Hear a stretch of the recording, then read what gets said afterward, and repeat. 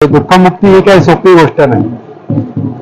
दुःखमुक्ती ही सोपी गोष्ट नाही. त्याच्यासाठी करावी लागणारी जागृतीची सतीची साधना ही सोपी गोष्ट नाही. की जेव्हा त्यांच्या लक्षात आले तर सुरुवातीला त्यांना असं वाटलं की नको सांगायला लोकांना, परंतु त्यांना असं म्हणतात की त्यांच्या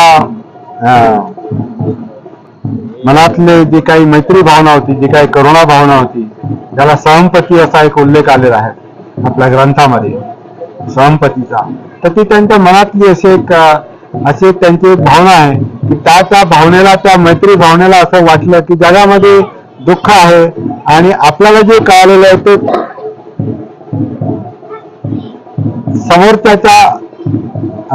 समोरच्याच्या मनाची अवस्था पाहून ते त्याला सांगितलं पाहिजे.